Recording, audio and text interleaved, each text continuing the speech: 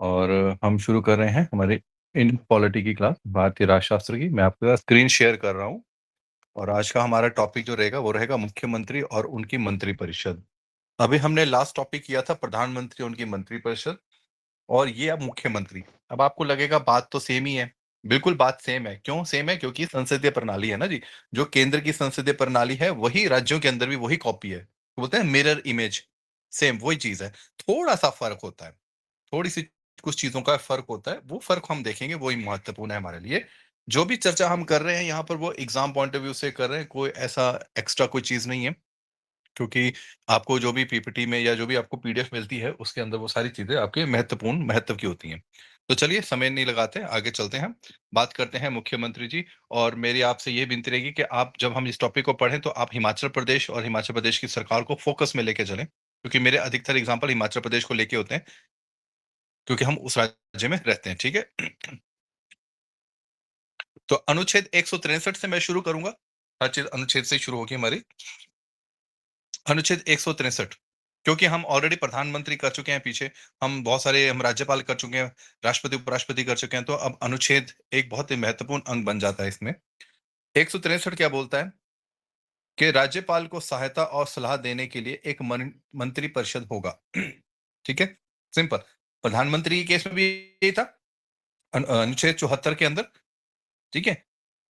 अनुच्छेद 164 क्या बोलता है कि मुख्यमंत्री की नियुक्ति राज्यपाल द्वारा की जाएगी। यहां पर अभी हम सिर्फ मुख्यमंत्री की बात कर रहे हैं। ठीक है, मुख्यमंत्री की नियुक्ति राज्यपाल द्वारा की जाएगी। वहीं पर अनुच्छेद 75 के अंदर यह बात बोली गई थी कि प्रधानमंत्री की नियुक्ति राष्ट्रपति द्वारा की जाएगी। मुख्यमंत्री ही वास्तविक कार्यकारी प्राधिकारी होते हैं। अब देखिए, जैसे हमने प्रधानमंत्री के केस में देखा था, तो प्रधानमंत्री जो थे वो केंद्र के अंदर थे, तो वो वहां पर केंद्र के अंदर संसदीय प्रणाली के अंदर जो थे वो वास्तविक कार्यकारी प्राधिकारी थे। यहाँ पर मुख्यमंत्री हैं, तो सेम मिरर इमेज आ गई इसके अंदर। मुख्यमंत्री सरकार के मुखिया होते हैं, वैसे प्रधानमंत्री होते हैं। ठीक है, तो वो अपनी सरकार के मुखिया होते हैं। अगर बात करें इनकी भूमिका की, तो इनके अब अपने अपने रोल्स रहते हैं सबके। अब जैसे मुख्यमंत्री का राज्यपाल के प्रति क्या उत्तरदायित्व है या भूमिका है, अपने मंत्रिपरिषद के प्रति, इस तरह की हम चीजें देखते हैं।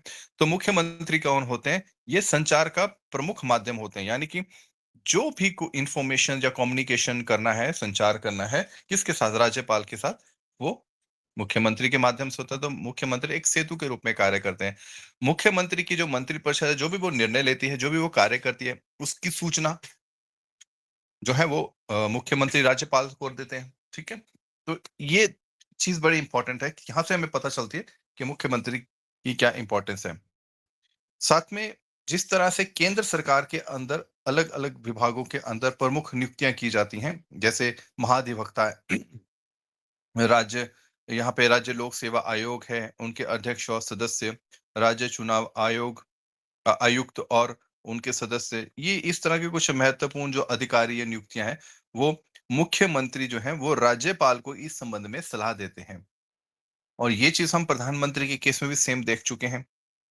बिल्कुल सेम टू सेम यही चीजें आती हैं। तो राज्यपाल को मुख्यमंत्री द्वारा ये सलाह दी जाती है कि हमने ये व्यक्ति चुन लिया है, अब आप इसकी नियुक्ति कर दीजिए आधिकारिक रूप से। मुख्यमंत्री जो होते हैं वो अलग अलग मंत्रालय होते हैं, वो सभी मंत्रालय जो है मंत्रियों को, जिनको मंत्री पद की शपथ मिली होती है, वो मंत्रालय उनको आवंटित किए जाते हैं। या मंत्रालयों में वो फेरबदल कुछ करना हो, चेंज करना हो, मिनिस्ट्री शफलिंग बोलते हैं, वो कर सकते हैं। मुख्यमंत्री चाहें तो अपने किसी मंत्री को त्याग पत्र देने के लिए भी कह सकते हैं। जैसे कभी कोई घटना हो जाती है, कोई ऐसी बात हो जाती है जिससे पार्टी या सरकार का कुछ नो इमेज खराब हो रही हो, जो कोई ऐसा काम कर दिया हो किसी ने, तो उनको बोल सकते हैं कि भैया तुम इस्तीफा दे दो। या राज्यपाल को कह सकते हैं कि आप जो है उस मंत्री को सेवानिवृत्त कर दें, ऐसी सलाह दे सकते हैं। और जो भी व्यक्ति मुख्यमंत्री होता है, जैसे मौजूदा मुख्यमंत्री अगर अपना त्याग पत्र दे दें या उनकी मृत्यु हो जाए अचानक से, तो मंत्रिपरिषद जो होता है जी वो स्वतः भंग हो जाता है। वो स्वतः ही भंग हो जाता है, विशेष रूप से त्याग पत्र देने पर। कि जब मुखिया ने ही त्याग पत्र दे दिया है, तो पीछे सेना जो है उनकी मंत्रियों की, जो वो क्या कर लेगी? कुछ नहीं कर सकती। अब मुख्यमंत्री की राज्य विधानमंडल के प्रति क्या भूमिका है? देखिए, मुख्यमंत्री जो होते हैं वो राज्य की जो विधानसभा होती है, सिंपल विधानसभा जो होती है उसके नेता होते हैं। उसी तरह से हमने देखा था कि प्रधानमंत्री भी जो वो लोकसभा के नेता होते हैं, ठीक है? राज्यपाल को विधानसभा सत्र बुलाने के लिए जैसे अब सत्र होते हैं ना जी, जैसे संसद के 3 सत्र होते हैं साल में, वैसे विधानसभा के भी सत्र होते हैं। तो चीज़ वही है, देखो सेम वही संसदीय प्रणाली देख कितना बढ़िया है, आपको समझने में कोई दिक्कत नहीं आएगी इसमें, सेम वही कॉपी है। तो विधानसभा का सत्र बुलाना है, तो मुख्यमंत्री राज्यपाल को सलाह देते किस तारीख को बुलाना है या फिर अ, कार्यवाही जो स्थगित करनी जैसे काम पूरा हो गया सत्र का, तो सत्र अब क्लोज़ करना है, तो वो भी मुख्यमंत्री या मुख्यमंत्री परिषद द्वारा ये निश्चित करके राज्यपाल को बताया जाता है। योजना के प्रति मुख्यमंत्री का क्या भूमिका रहती है? योजना मीन प्लानिंग के प्रति। पहली बड़ी इंपॉर्टेंट चीज़ ध्यान रखिएगा, अंतरराज्य इंटर स्टेट काउंसिल होती है, अंतरराज्य परिषद और नीति आयोग की जो गवर्निंग काउंसिल होती है, उसके सदस्य मुख्यमंत्री होते हैं। ध्यान रहे फिर से बोलता हूँ, अंतरराज्य परिषद इंटर स्टेट काउंसिल और नीति आयोग की जो गवर्निंग काउंसिल होती है, उसके ये सदस्य होते हैं कौन? मुख्यमंत्री। और इन दोनों ये जो आपकी ये दोनों संस्थाएँ हैं, इनके अध्यक्ष यानी कि हेड जो होते हैं, वो प्राइम मिनिस्टर होते हैं। मुख्यमंत्री राज्य योजना बोर्ड के भी अध्यक्ष होते हैं। वे बारी-बारी से यहाँ पे बारी-बारी लिखना था, बरी-बरी हो गया। वे बारी-बारी से संबंधित क्षेत्रीय परिषद के उपाध्यक्ष भी होते हैं। इसको बोलते हैं जी ज़ोनल काउंसिल। हमारे भारत देश को 5 ज़ोन में बाँटा गया है, जो मुख्य 5 ज़ोन हैं। उत्तरी ज़ोन, दक्षिणी ज़ोन, पूर्वी ज़ोन, पश्चिमी ज़ोन और मध्य ज़ोन। एक और ज़ोन है, वो है उत्तर-पूर्व ज़ोन, लेकिन उसको थोड़ी सेपरेट आइडेंटिटी दी गई है क्योंकि आप जानते हैं हमारे जो उत्तर-पूर्व के जो स्टेट्स हैं, जिसमें सिक्किम भी इंक्लूडेड है, उनकी स्थिति, उनकी भौगोलिक स्थिति, उनका व्यवहार, उनका रहन-सहन हर चीज़ भिन्न है। तो उनके लिए अलग से एक ज़ोनल काउंसिल का निर्माण किया गया। तो हमारी ये 5 प्रमुख ज़ोनल काउंसिल्स हैं, जिनको हम बोलते हैं क्षेत्र संबंधित क्षेत्रीय परिषद। तो अगर मान लीजिए किसी पर्टिकुलर जैसे उत्तरी क्षेत्र में आता है हिमाचल, क्षेत्रों के हिसाब से राज्य बाँटे गए हैं, तो हिमाचल उत्तरी क्षेत्र में आता है। तो इस साल उत्तरी क्षेत्र की बारी है, तो हो सकता है कि इस साल हिमाचल के मुख्यमंत्री इस क्षेत्रीय परिषद के अध्यक्ष हों। फिर दोबारा सारे देश में सारी क्षेत्रीय परिषदों की मीटिंग होने के बाद दोबारा से जब कभी भी 3-4 साल, 5 साल बाद जब दोबारा उत्तरी क्षेत्र की बारी आएगी, तो पंजाब के मुख्यमंत्री हो सकते हैं, तो बारी-बारी से नंबर पड़ता है सबका, ठीक है जी? साथ ही साथ आपदा प्रबंधन के बारे में हम जानते हैं। आपदा प्रबंधन के अंदर भी मुख्यमंत्री प्रमुख होते हैं। अगर राज्य की बात करें तो राज्य की जो आपदा प्रबंधन प्राधिकरण है, तो उसके अध्यक्ष मुख्यमंत्री होते हैं। और यही अगर मैं राष्ट्रीय स्तर पे बात करूँ तो प्रधानमंत्री होते हैं। यही अगर मैं जिला स्तर पर बात करूँ तो आपके डीसी या डीएम होते हैं। अब बात करते हैं राज्य कार्यकारी की, स्टेट एग्जीक्यूटिव की। जैसे मैंने आपको केंद्र संघ कार्यकारी की बात बताई थी। अगर आपको याद होगा तो आप मेरे को बता सकते हैं कि संघ कार्यकारी के अंदर कौन सदस्य होते हैं? हाँ जी, बता सकते हैं?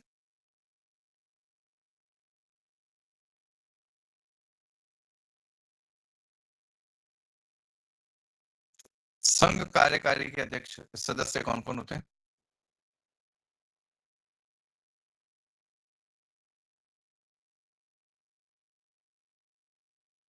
याद नहीं आ रहा?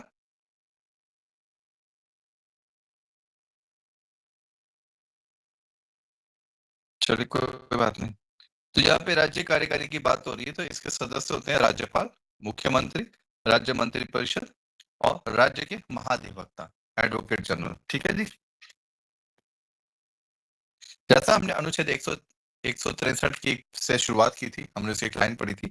तो राज्यपाल को सहायता और सलाह देने के लिए एक राज्य का मंत्री परिषद होता है और वह और मुख्यमंत्री जो हैं इसके मुखिया होते हैं। अब मंत्री जो सलाह दे रहे हैं, ये जो मंत्री परिषद द्वारा जो सलाह दी जा रही है राज्यपाल को, उस सलाह की अदालत में जांच नहीं हो सकती, यानी कि वो अदालती जांच के अधीन नहीं आता। अब ये राष्ट्रपति और प्रधानमंत्री के केस में भी ऐसे ही है। सरकार और राष्ट्रपति या जैसे कि राज्य सरकार और ये जो आपके राज्यपाल है, इनके बीच में किस तरह से क्या सलाह-मशवरा हो रहा है एक-दूसरे को, वो सीक्रेट होता है। तभी जब शपथ ली जाती है ना, तो गोपनीयता की भी शपथ ली जाती है प्रधानमंत्रियों और मुख्यमंत्री द्वारा, ठीक है? तो ये गोपनीय बात होती है, इसकी कोर्ट में जाँच नहीं करवाई जा सकती कि हम ये जानना चाहते हैं जी, क्या बातचीत हुई है, क्या सलाह दी है, ठीक है? तो इस बात का ध्यान रखेंगे। मुख्यमंत्री की नियुक्ति राज्यपाल द्वारा की जाती है तथा अन्य मंत्रियों की नियुक्ति जो है वो राज्यपाल के द्वारा मुख्यमंत्री की सलाह पर की जाती है। अनुच्छेद 164।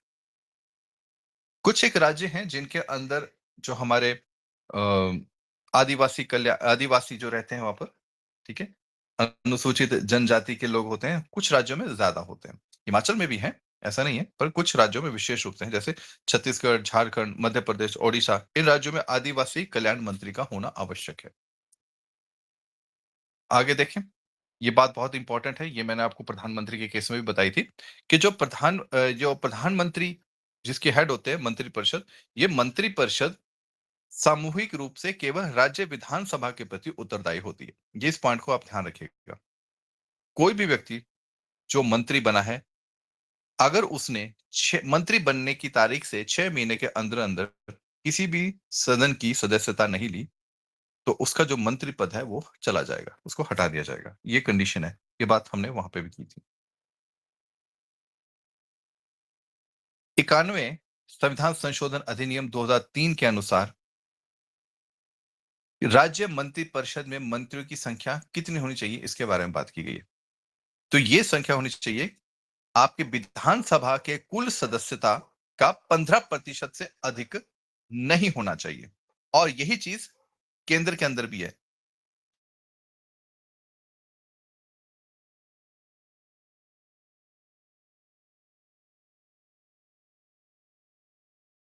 इस बात को ध्यान रखेंगे। किसी भी राज्य में मुख्यमंत्री सहित मंत्रियों की संख्या 12 से कम नहीं होगी। तो एक मिनिमम लेवल सेट कर दिया है कि किसी भी स्टेट के अंदर बड़े से बड़े हालात अगर खराब है तो 12 से कम मुख्यमंत्री को मिला के 12 से कम मंत्री नहीं होंगे। अब राज्य विधानमंडलों के संगठन की बात करें तो दो तरह से होते हैं। एक होता है एक सदनीयवाद और एक होता है द्विसदनीयवाद। एक सदनीयवाद जैसे हिमाचल में विधानसभा है, विधान परिषद नहीं है, तो वो एक सदनीयवाद है। जिन राज्यों के अंदर दो सदन होते हैं, विधानसभा, विधान परिषद, वो द्विसदनीयवाद में आते हैं, यानी बाइकैमरलिज्म में आते हैं। अनुच्छेद 169 के अनुसार जो संसद है, वो विधान परिषद को समाप्त कर सकती है या बना सकती है। अब मैं थोड़ा-सा विधान परिषद के बारे में अगर आपको बताऊँ, विधान परिषद वैसे ही है जैसे केंद्र के अंदर राज्यसभा, यानी कि संसद के अंदर राज्यसभा। ये राज्य की इच्छा होती है कि वो चाहती है कि उसकी विधान परिषद हो या ना हो। अगर बनाना चाहती है तो उसे संसद में या कहें कि संसद की हेल्प लेनी पड़ेगी क्योंकि वो संसद की परमिशन से ही बनती है, संसद ही बनाती है उसको। अगर है और उसको हटाना चाहती है तो भी उसको संसद से कहना पड़ेगा, तो ही वो हट सकती है। बनाना मुश्किल है, हटाना बहुत आसान होता है। होता क्या है, ये डिपेंड करता है, देखो ये राज्य टू राज्य डिपेंड करता है। इसके अंदर वैसी प्रणाली चलती है जैसे हमारी लोकसभा, राज्यसभा का सिस्टम चलता है। जो हमारे विधायक होते हैं उनको हम एमएलए बोलते हैं और जो विधान परिषद के सदस्य होते हैं उनको एमएलसी बोलते हैं, काउंसिल, ठीक है जी? अगर किसी राज्य को चाहिए, जैसे हिमाचल है, हिमाचल में सिर्फ विधानसभा है। अब हिमाचल सरकार ये निश्चय करेगी हमें विधान परिषद भी चाहिए। तो उनको क्या करना पड़ेगा? उनको अपनी विधानसभा से विशेष बहुमत के द्वारा ये प्रस्ताव पारित करना पड़ेगा। ठीक है? अब विधानसभा से पारित हो गया। अब फिर इसको स संसद में भेजना पड़ेगा। संसद इसको सामान्य कानून की तरह ही इसको पास करेगा। ठीक है? साधारण बहुमत से ही इसको पारित करेगा। संसद में पारित हो जाने के बाद, उसके बाद हिमाचल राज्य को उनकी विधान परिषद मिल जाएगी। इसका नुकसान सिर्फ ये होता है कि राज्य सरकार के ऊपर अतिरिक्त खर्चा बढ़ जाता है, क्योंकि जो एमएलएस को सुविधा है वो एमएलसी को भी तो देनी पड़ेगी ना, तो खर्चा बढ़ जाता है। 6 राज्य हैं हमारे देश के अंदर जिनके अंदर द्विसदनीय व्यवस्था चल रही है, यानी कि विधानसभा भी है और विधान परिषद भी है। उत्तर से शुरू करता हूं तो उत्तर प्रदेश है। उत्तर प्रदेश के साथ पड़ोसी बिहार है। फिर आप आ जाए महाराष्ट्र में। महाराष्ट्र के साथ नीचे पड़ोसी लगता है कर्नाटका और बगल में इधर लगेगा तेलंगाना और तेलंगाना के साथ लगेगा आपके कर्नाटका इधर। तेलंगाना, कर्नाटक, महाराष्ट्र, उत्तर प्रदेश और आंध्र प्रदेश। ठीक है? तो तेलंगाना के साथ लगेगा आंध्र प्रदेश। तो ये 6 आपको नाम याद रखने ज़रूरी हैं कि वो ऐसे कौन से राज्य हैं 6 ये नहीं पूछेंगे कि 6 के नाम बताओ, वो आपको 4 ही ऑप्शन होते हैं वहां पर, आपको ऑप्शन में राज्य डाल देंगे। तो उत्तर प्रदेश, बिहार, महाराष्ट्र, कर्नाटका, तेलंगाना, आंध्र प्रदेश। नक्शे के ऊपर आप जब देखेंगे तो आपको इजी हो जाएगा इंडिया का मैप देखना, पॉलिटिकल मैप। उत्तर प्रदेश और बिहार बिल्कुल साथ साथ बॉर्डर शेयर करते हैं। महाराष्ट्र और कर्नाटका जो है बॉर्डर शेयर करते हैं। तेलंगाना और महाराष्ट्र भी बॉर्डर शेयर करते हैं, कर्नाटका भी शेयर करता है। ये महाराष्ट्र, तेलंगाना, आंध्र और कर्नाटका ये आपस में बॉर्डर शेयर कर रहे हैं। ठीक है, तो इससे बड़ा अच्छा आपको याद हो जाएगा। ये जो महाराष्ट्र, तेलंगाना, आंध्र और कर्नाटका है ये साथ साथ ही है। सर मुझे ना विधानसभा और विधान परिषद की डेफिनेशन बता दोगे आप एक बार? विधानसभा क्या होती है? विधानसभा जैसे हिमाचल में है ना जी विधानसभा, ये तो क्लियर है। विधानसभा क्या होती है? अगर आपको लोकसभा और राज्यसभा क्लियर है, पहले आपको ये बता दीजिए मेरे को। यस सर, उसी तरह से होती है ना वैसे सर ये भी? हाँ, यस सर, अभी यस वैसे वो सर, टॉपिक हमने संसद का करना है, बट लोकसभा राज्यसभा बड़ी कॉमन टर्म है, ये नॉर्मली पता होती है। Yes sir, same yes to sir. Same इसी चीज को उठा के आप स्टेट में ले आओ ओके। और अब नाम बदल दो। लोकसभा का नाम रख दो विधानसभा, राज्यसभा का नाम रख दो Vidhan Parishad. Okay sir. Same right sir. काम वही है जो संसद में है, काम वही है जो राज्य में वो करना है, सेम काम करना है। हमारे यहाँ विधान परिषद की कितनी सीट्स है सर? सर हमारे यहाँ पे विधान परिषद नहीं है, विधानसभा है सिर्फ। ओनली विधानसभा, ओके। हाँ, तभी मैं मैंने वही कंफ्यूज बताया में ना, हो ये गई। राज्य के ऊपर है, वो चाहता है कि हो या ना हो। Okay sir, fine. और हमारे देश में ये 6 राज्य हैं जिनकी विधान परिषद भी है, और ये 6 के 6 के नाम आपको याद होने चाहिए। ये सिंपल नाम है, बिल्कुल नक्शा देखेंगे आपको वैसे ही याद हो जाएगा देख के।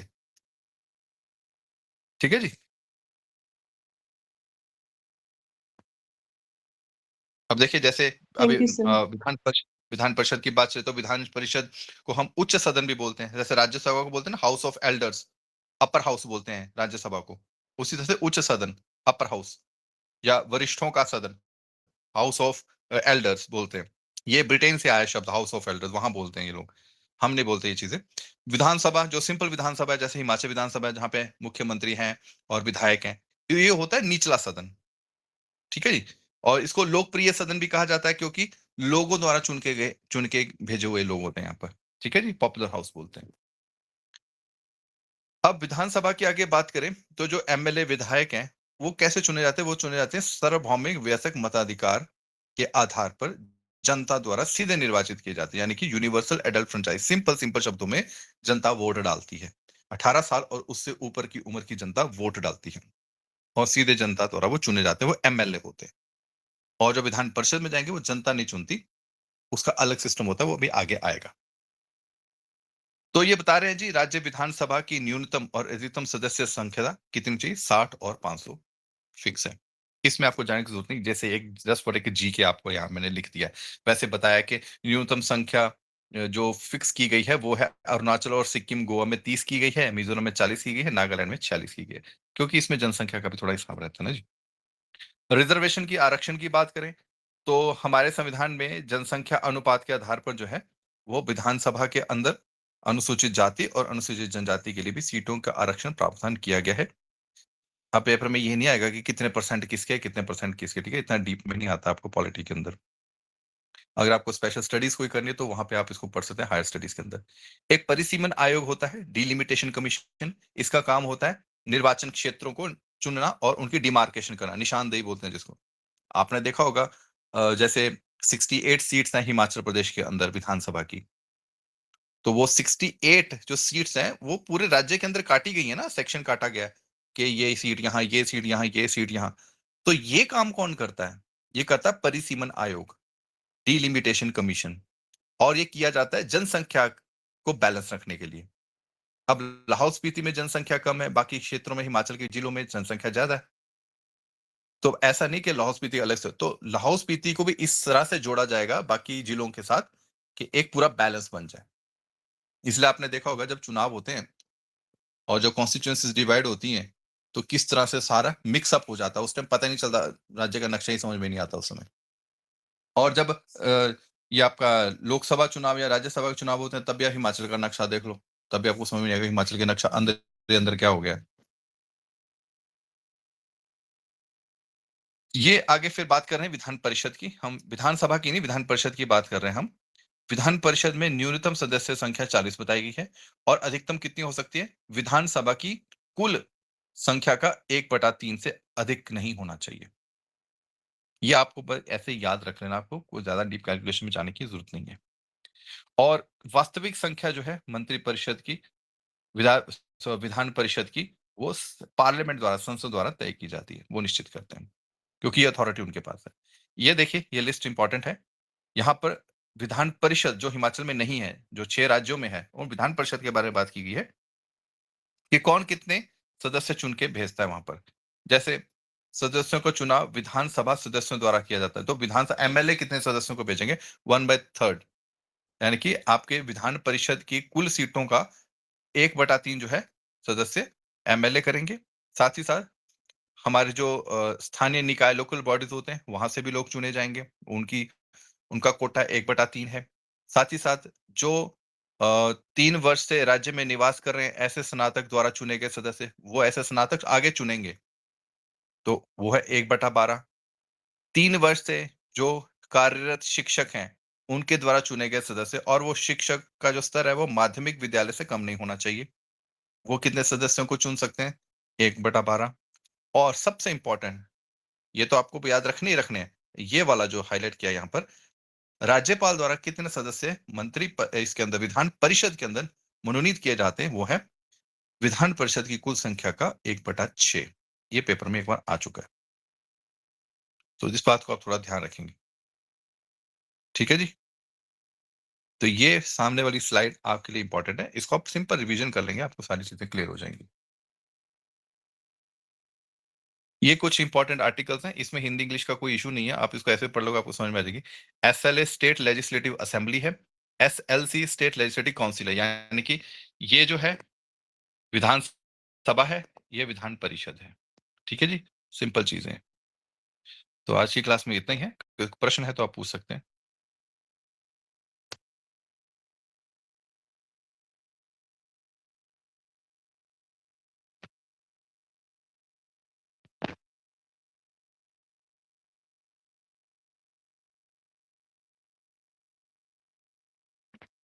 ठीक है, फिर अगली क्लास में मिलेंगे नए विषय के साथ।